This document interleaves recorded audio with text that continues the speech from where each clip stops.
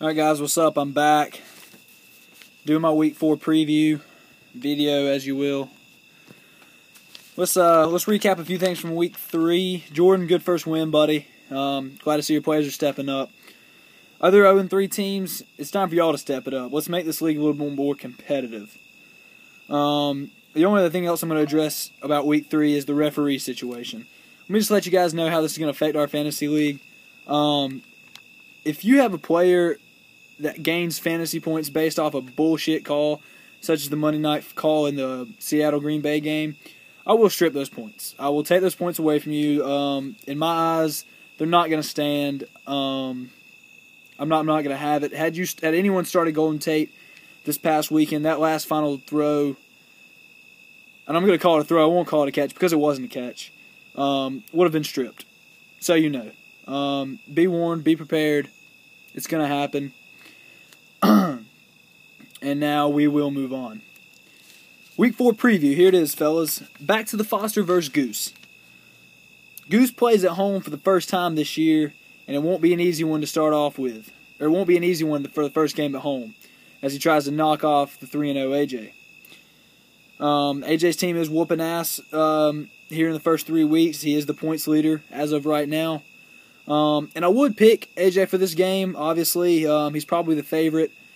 But he decided to go on a little rant on Twitter the other day, assuming that the reigning champion and I didn't recognize his excellent playing so far.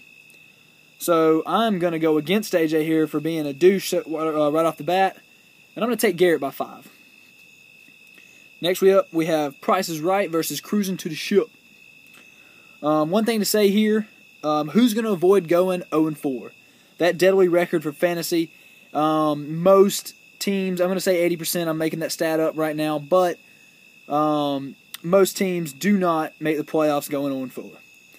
I'm going to get ballsy here and take Matt Price. Hogan's team looks like they're just not going to pick up the slack that they've had so far. Not this week at least. I'm saying that Hogan goes 0-4 as much as I hate to say it. I'll take Matt Price here by 10. We got Worst Team versus DMC. Start off with Colby, good win last week, buddy. Glad to see you're 2-1, especially all since we've dubbed you how much your team sucks. We still think that, but your record's good. Jordan's good players might actually decide to start picking up the slack they've had. They did it last week. Larry Fitzgerald, although he wasn't started, had 17 points. McFadden had 17 points.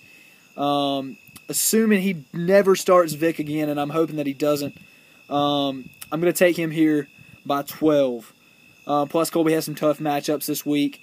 It's definitely leading toward Jordan. George W. versus the Nig Newtons, a.k.a. our reigning champion. I'm going to say Cam hurts Matt here again this week. He's got a tough matchup in Atlanta.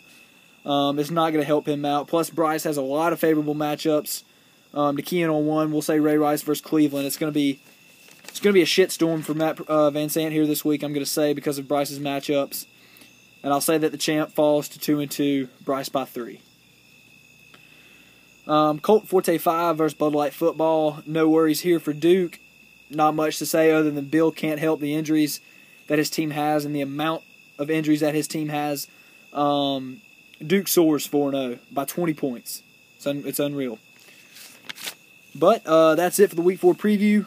Like I said, if you guys ever want to post anything on the homepage, post any videos, shoot them to me. We'll get them up. No worries. Good luck, Week 4. I'll see you guys in Athens this weekend. If any of you are going to be there. That's it.